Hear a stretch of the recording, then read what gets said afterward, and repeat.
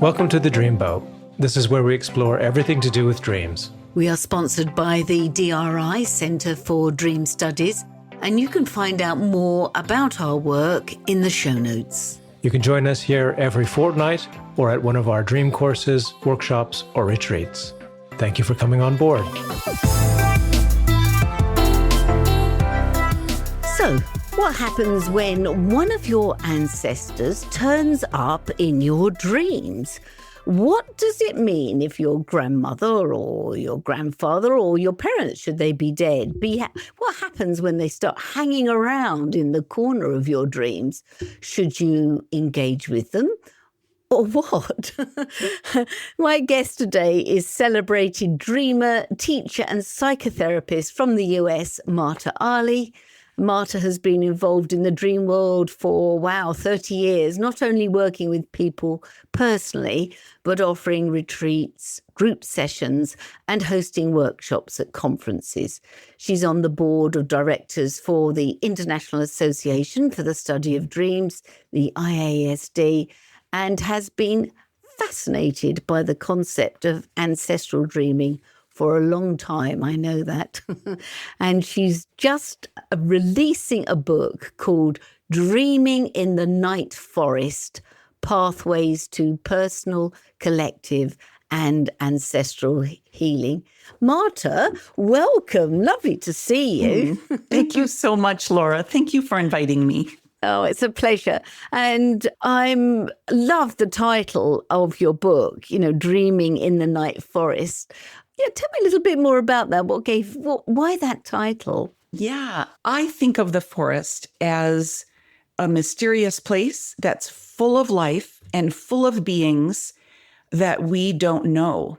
And in the night forest, all the nocturnal beings live.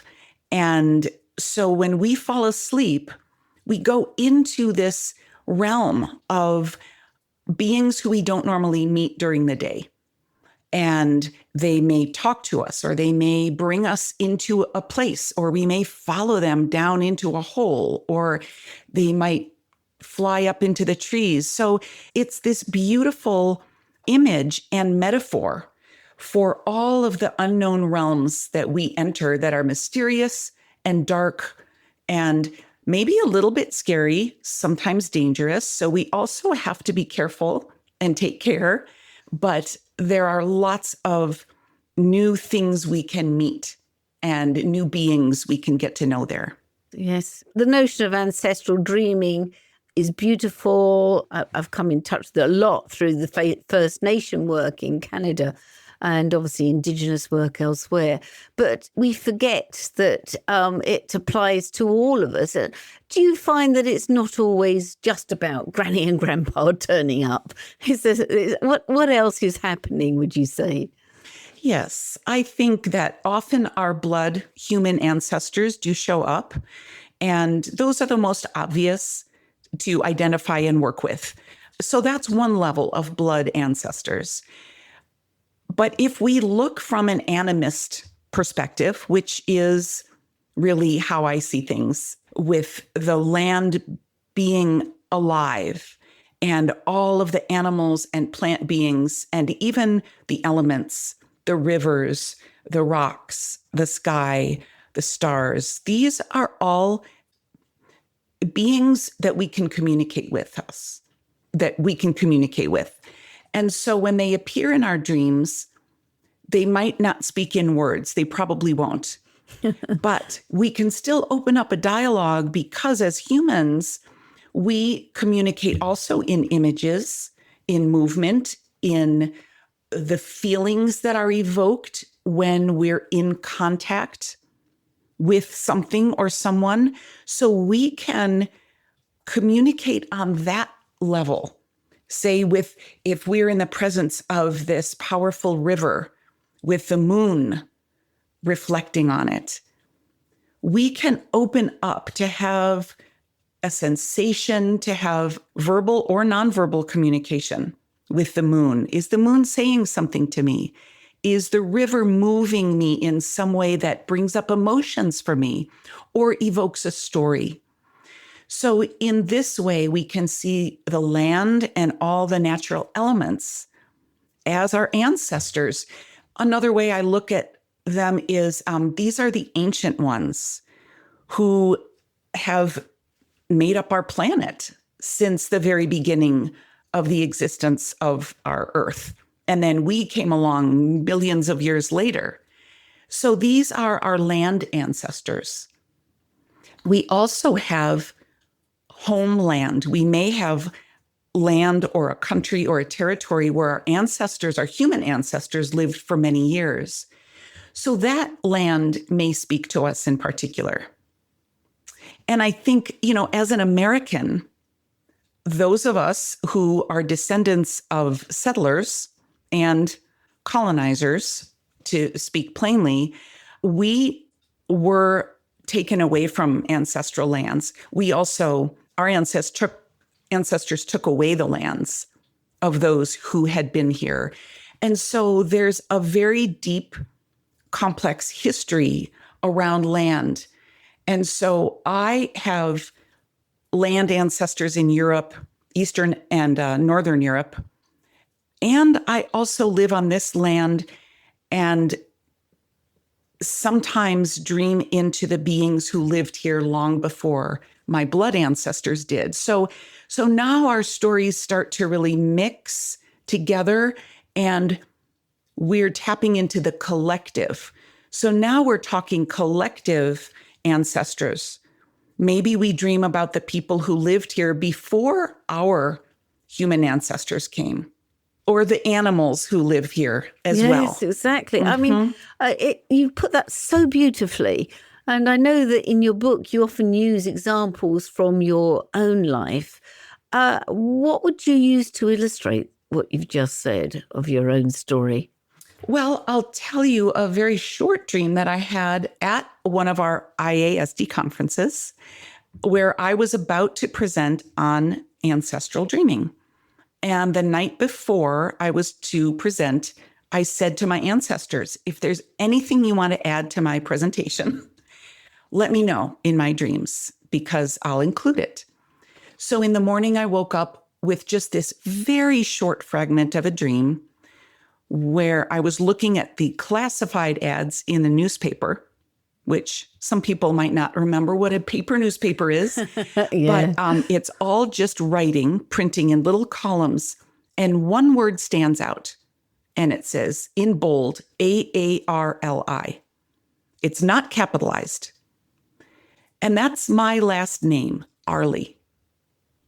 So when I woke up from this, I thought, well, that's not really that interesting a dream. Oh, well, I guess I didn't get anything. And as I sat and had breakfast, I realized that my Norwegian ancestors had come to me in my dream because that name, Aarli, is the name of our family farm where my Norwegian relatives, ancestors lived for generations and where my father was born. Oh, wow. So suddenly this became a much bigger message and story. Just the reminder, your name is the name of the land that we farmed.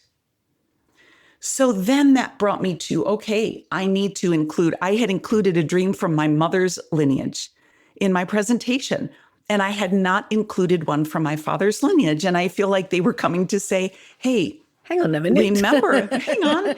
Remember us and remember the land itself. Yeah. And your mother's family, where did she originate from? So my mother's family is from Hungary and Russia and Poland. So they were Ashkenazi Jews who were persecuted and left before the Holocaust. They left in the 1850s. Yes. Because of being murdered and, slaughtered by their neighbors. And this was, growing and growing until it finally became the Holocaust. But so my great-grandmother came in the 1850s to the United States. And I never met her. Her name was Rebecca. But here's another short ancestral dream from my mother's lineage. So it's just really a brief image of a matryoshka doll. And if you've ever seen one of those, these are the painted wooden dolls from Russia that they twist open in the middle of the body, and inside are more and more smaller and smaller dolls. And my sister and I each had one when we were children. And so in this dream, there's a matryoshka doll with the largest one is standing whole. And then the other ones are in half. That you see the top half and the bottom half. And then some of them are missing. So again, I might think, well, okay, it's just this little wooden inanimate object. But, with dream work, we start to associate to these images and see what comes up and what sensations we have. And the matryoshka dolls were created to honor the matrilineal mother line in Russian families. So these are the great-grandmother, great-grandmother, all the way down to the baby. And because that lineage for me immigrated, there's a split. So I feel that part of that family remains in Russia. And part of it came to the United States. So there's this rift. There's this divide, and even when families chose to immigrate, it was under terrible, traumatic circumstances. And they left many people behind, and they left the land and the customs behind. So again, this grew into a story about my matrilineal ancestors, which my feeling was they were telling me we can come together again. We can put this doll back together, or we are still one doll, all nested within I love each that. other. Yes. Yeah. Well, Marta, that's beautiful. I mean, two absolutely stunning dreams. And as you say, I suppose you do need to know what to sort of look out for. And obviously, you've done so much work over the years. You know how important taking apart a symbol can be. It's actually really funny because when I'm teaching this material, I often say to people, look, it can just be a small fragment. And I often use the story of one little dream I had. I only woke up and all I can remember was I had a tooth that had the patterns of a matryoshka doll on it. And so it's really fascinating you saying that. And the more I took apart this dream, the more I worked with it and I looked at the different symbols, it felt like a matryoshka doll itself coming apart in my hands as I took out another doll. And then there was another doll within that image and another doll. All of it had deep meanings just in this one little bit of dream, this one tiny dream fragment. It sort of exploded into meaning across, and as you say, multi-generations. So I think it's quite a fascinating concept. How do you, when you're working with someone, how do you help them do this? I noticed that you say that you set exercises for people, and I know you talk about this in your book. What type of exercises do you use? Well, specifically, if someone wants to do ancestral dream work, they probably come in with a dream that it's either obviously ancestral because a blood ancestor is in the dream, or it's just a feeling. So because dream work is not a scientific empirical kind of practice, we go with our feelings, our intuition, memories, stories. And so if someone just has a sense, maybe there's a place, maybe there's a building that they're in, or an ancient village that they're in, and they don't know, but they just have a feeling or an intuition, then we start to deepen into that symbol or presence in their dream. Re-entry is a really powerful tool. It is, So we can associate like, oh, this looks like maybe an old stone building that might be in the country where my parents came from. And we can talk about that from an intellectual viewpoint. Then we can have them enter that stone building and walk around and smell the smells and see what they notice. Does someone maybe appear in this building? Do they ask an ancestor to come and meet them there because they'd like to know the story of this old stone building? So when we have a little inkling, we just follow it with questions. And someone might say, no, that's not it. Or, oh, I'm not seeing anything. Then we just keep going, right? These are the different pathways. Not all of them lead to something. We have to keep trying. And then once we find another little crumb on the path, then we keep asking more questions and use our imagination. We use our imagination. The notion of, creative imagination, I think Jung called it active imagination, didn't he? It was part of and is much a part of the Jungian training. So when people come to you, what type of ancestral dreams do you find that you've worked with? Anything that's stuck in your mind over the years? Sometimes there's an unresolved feeling or an unresolved relationship. So sometimes someone comes to feel their grief. I worked with one person whose son had died, which was an extremely painful situation in her life. And every year around the anniversary of his death, she would dream about him. And typically, it was quite overwhelming. She would cry and cry and cry. She would sob. She would feel all the feelings of guilt, remorse, sadness, grief, anger. And it was really overwhelming. And so we worked with some of these dreams to really help her manage the feelings and to actually talk with him. So when he would appear in a dream, instead of just getting overwhelmed and trying to shut it out, we would work to help her calm her nervous system and to get curious about him and say, well, where are you now? And what's happening with you?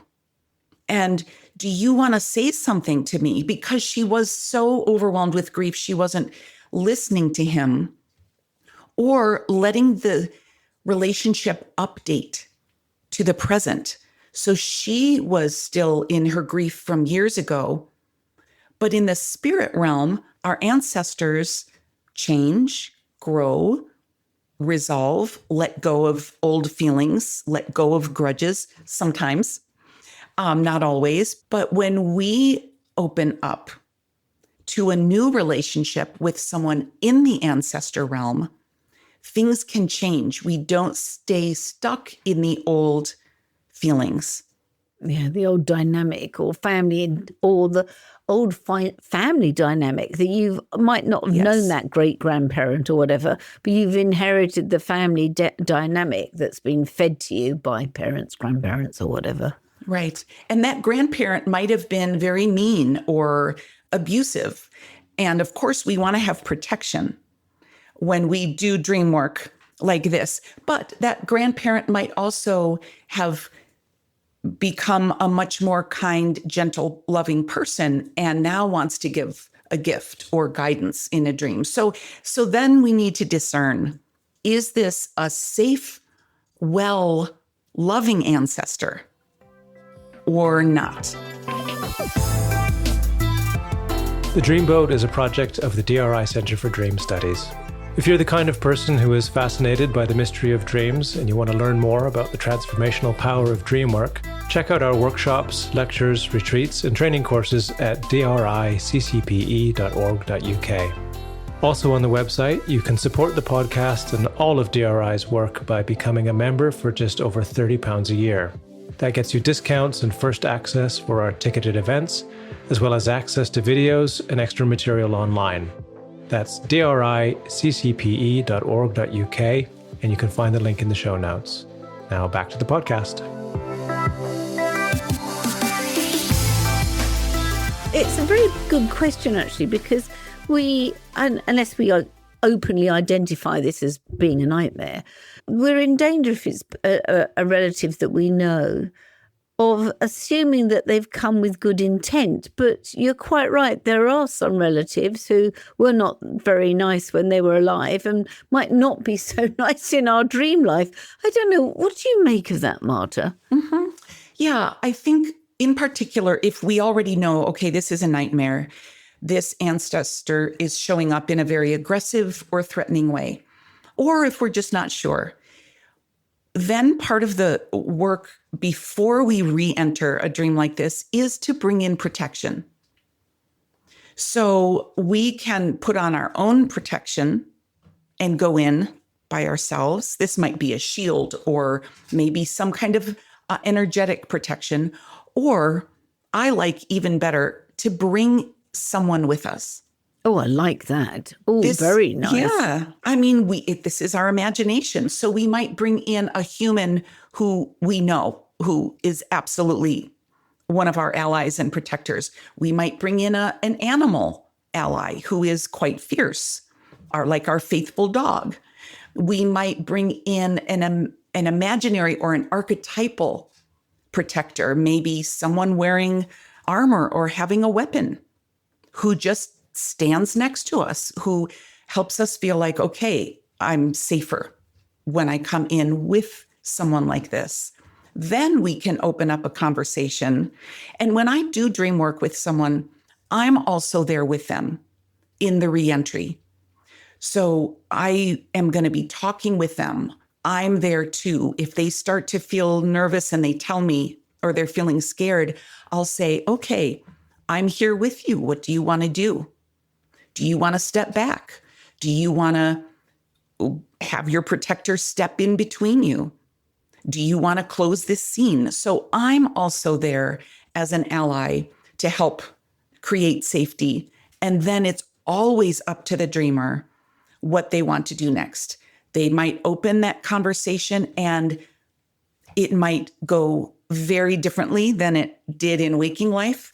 They may be very surprised by what that ancestor has to say now. Mm-hmm. Yeah. I presume you're doing this work while they are awake and in the space with you.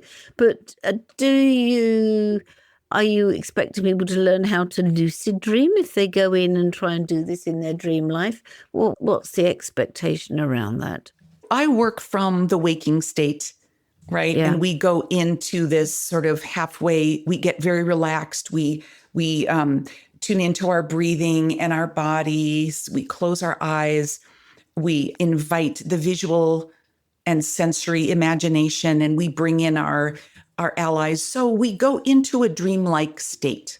Yeah, it's what we at the DRI call the waking dream technique, which, as you know, was pioneered by Dr. Nigel Hamilton. So it's the same type of thing. I mean, it's not new. It's an old technique for exploring dreams, and powerful, as you're discussing. Very powerful. It is. It's very effective.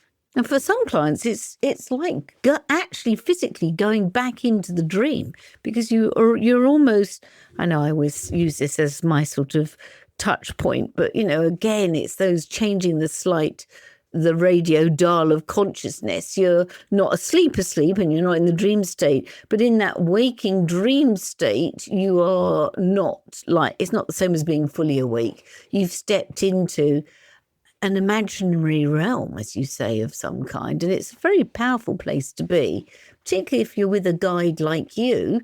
It's amazing what of the dream you can recapture and explore. Mm-hmm.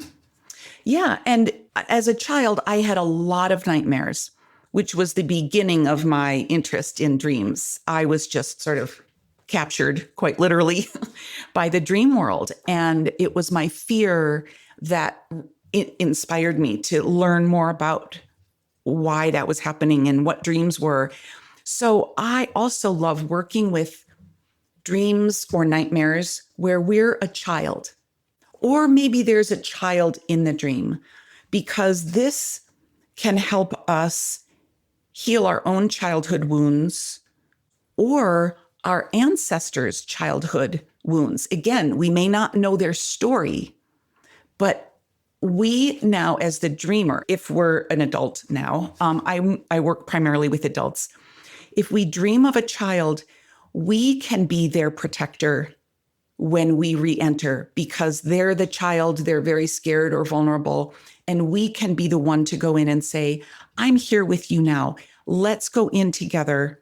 Let's hold hands and let's see who this scary animal is, or this storm that is loud and making you scared and you're hiding. I'm going to be here with you, and let's see what happens. So a childhood wound could get healed in this way from trauma, or again, stories we've never heard, but they're in our nervous system.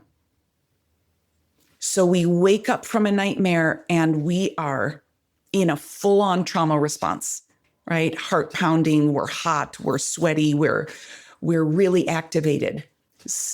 We know now through epigenetics that we inherit through our nervous systems and our genes this kind of trauma response. We're more susceptible to particular scenarios and traumas. So we may dream our ancestors' traumas. Yeah, I think that some of the studies around the Holocaust and Holocaust survivors, it's quite remarkable how the dreams are, inherit the sort of, we inherit, I was going to say, the old Greek adage of, the sins of the fathers and the grandfathers are inherited. And that you feel like that in dream life sometimes, that the notion of inherited trauma probably does surface first in the dream world. I think it does, because I've been so curious. Why do so many children have terrible nightmares? Why? On the one hand, I might think, well, on a biological level, it helps prepare us as brand new little humans to defend ourselves, to protect ourselves, to be able to fight or run or freeze so we can hide and to stay safe. So maybe on that kind of biological level, it makes sense. We dream of the dangers that could happen. But I also, once I started really getting curious about how do ancestors show up in our dreams, I started to wonder, did all of those nightmares from my childhood actually come from my ancestors and their experiences? And it got passed down, and not everyone is going to dream those. Not everyone is going to feel those feelings in the same way, but I happened to be one who then expressed them in dreams. So maybe that's part of what those nightmares were. Yeah. Well, I mean, I can relate to that. I was thinking a lot of my childhood dreams were about being bombed and having to hide. Now, I was born well after the war, but my father was a child in London in the Second World War, and he was bombed and he did have to hide in shelters. And the family had, like with a lot of children, had tried to send them out as sort of like refugee children into the countryside. He hated it. And my grandmother brought him back to war-torn London. But I found it intriguing that I had those dreams clearly well after the war, but it was almost as if I had entered his dream world. And I've often thought recently, with all the epigenetic sort of studies that are being done, that whether I was just literally processing my father's trauma for him. Absolutely. Absolutely. I think that's a really powerful realization that we can make from these experiences, especially because so many people who experienced the trauma, especially if they were young or they were a child, they just can't process it. It's too overwhelming. And also our parents' generations and many people come from cultures where you just don't talk about those things. So many people went through their entire lives never telling that story, never sharing the terrible traumas. So the more we repress something, the more it's going to come out some other way, unconsciously, right? It may come out in flashes of anger, or may come out as depression, or treating, maybe being a shut down kind of person in general. So then it's natural that it's going to come up somewhere else, like in the descendants of those people. And I totally agree with you. I think part of why we dream is to help heal the traumas in our lineage, because that goes back to our ancestors in the spirit realm so they can keep moving on their journey spiritually. And it impacts our lives and our descendants' lives so that that trauma doesn't keep getting repeated and expressed in various ways. So this makes dream work and ancestral dream work incredibly important to do. Yeah. I'm intrigued as well. I know you live in Colorado. I was intrigued when you said that obviously for a family like yours, they emigrated into the US. So you have that wonderful backlog almost of material, but also picking up on the indigenous First Nations that lived in Colorado. Have you got any examples of how the land around where you live now has affected your dream life? Well, so here's the first dream that pops into my mind when you ask that. I live on the end of a little dirt road, and then behind our house is a strip of land that's nature conservancy. So there's a little creek, and there are some big trees, and there are houses around, and there's apartment buildings just on the crest of the hill, but it's a little tiny piece of wild land that still remains as the city encroaches. And we have coyotes, owls, hawks, occasionally a fox or a deer or two. So I had a dream of a commotion in the sky. And I looked up, and there were all of these birds forming and flying around, and they formed into a shape of a V. And as I watched, they circled around and came down and landed on the ground with this sort of fluffing and whooshing. And when they landed, they became half people, half red-tailed hawk.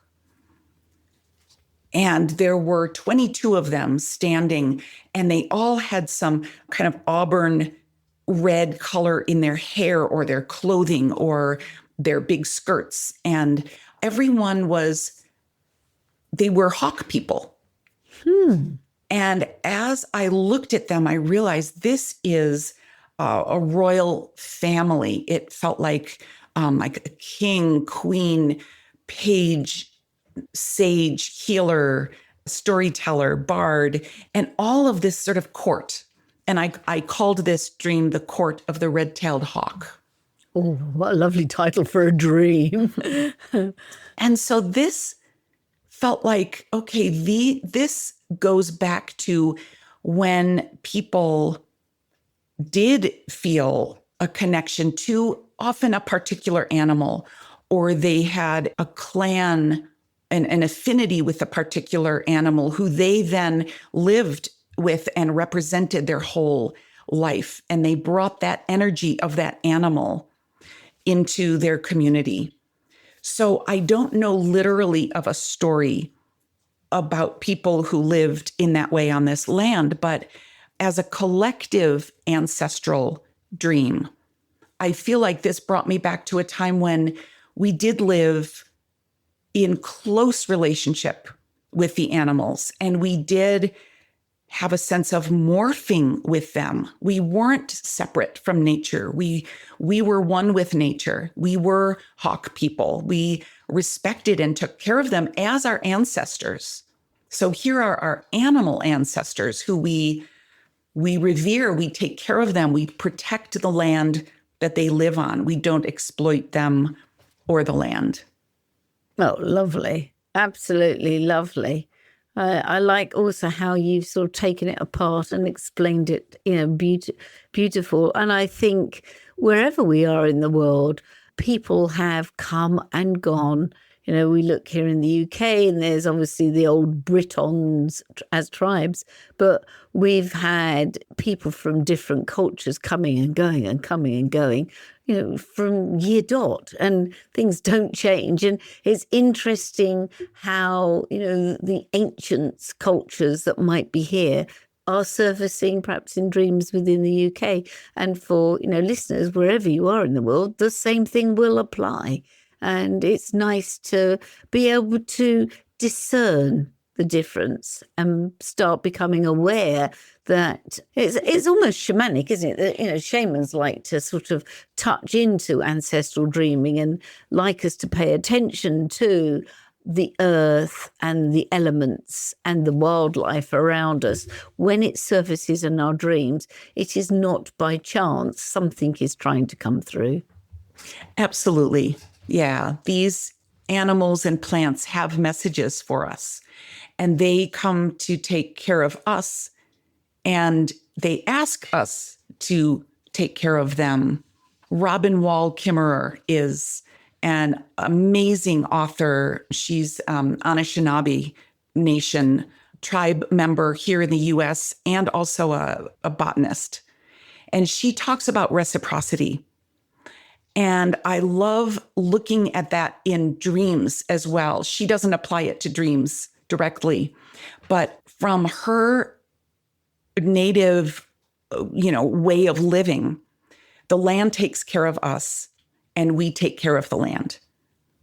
And if we apply that to dreams, the dreams come to give us guidance or messages, even the scary ones, even the nightmares. And then we can give back to our dreams and to those who come to us in our dreams. So there's a reciprocal relationship between us and our dreams. It's not just one way. Yeah, lovely. Marta, it's been wonderful. I really wish you well with your book so that it's, once again, Dreaming in the Night Forest, beautiful, Pathways to Personal, Collective and Ancestral Healing. And I know for those people who are around, I think Marta will probably be at the IASD conference again this year. And thank you so much, Marta, for your time. Lovely to hear from you. It's always a pleasure. And I wish you well with the book. Thank you so much, Laura. I really, really appreciate talking with you. So thank you for joining us for this week's episode. Don't forget to like us and leave comments on your favourite podcast platform. As I'm sure you know, that's the way we build an audience for the Dreamboat podcast and also to spread news about dreaming. And as we said, there are many ways you can share your dreams at the DRI, the Dream Research Institute. Yes, we have courses, events, and workshops, and we want to hear from you. So check out the show notes for links, or find us on Instagram and on our Facebook page and on our website at driccpe.org.uk. And if you want to explore your dreams further, or you would like to support us, you can join the DRI as a member for just £30 a year. As a member, you will get discounts for all of our events and short courses. You'll get our newsletter with latest dream research news, and we'll also be adding other special member benefits during the year. Of course, members' dreams will always be given preference for reading on the podcast Dream of the Week slot. So go to the link on the show notes and become a DRI member today. Keep dreaming and keep sharing your dreams.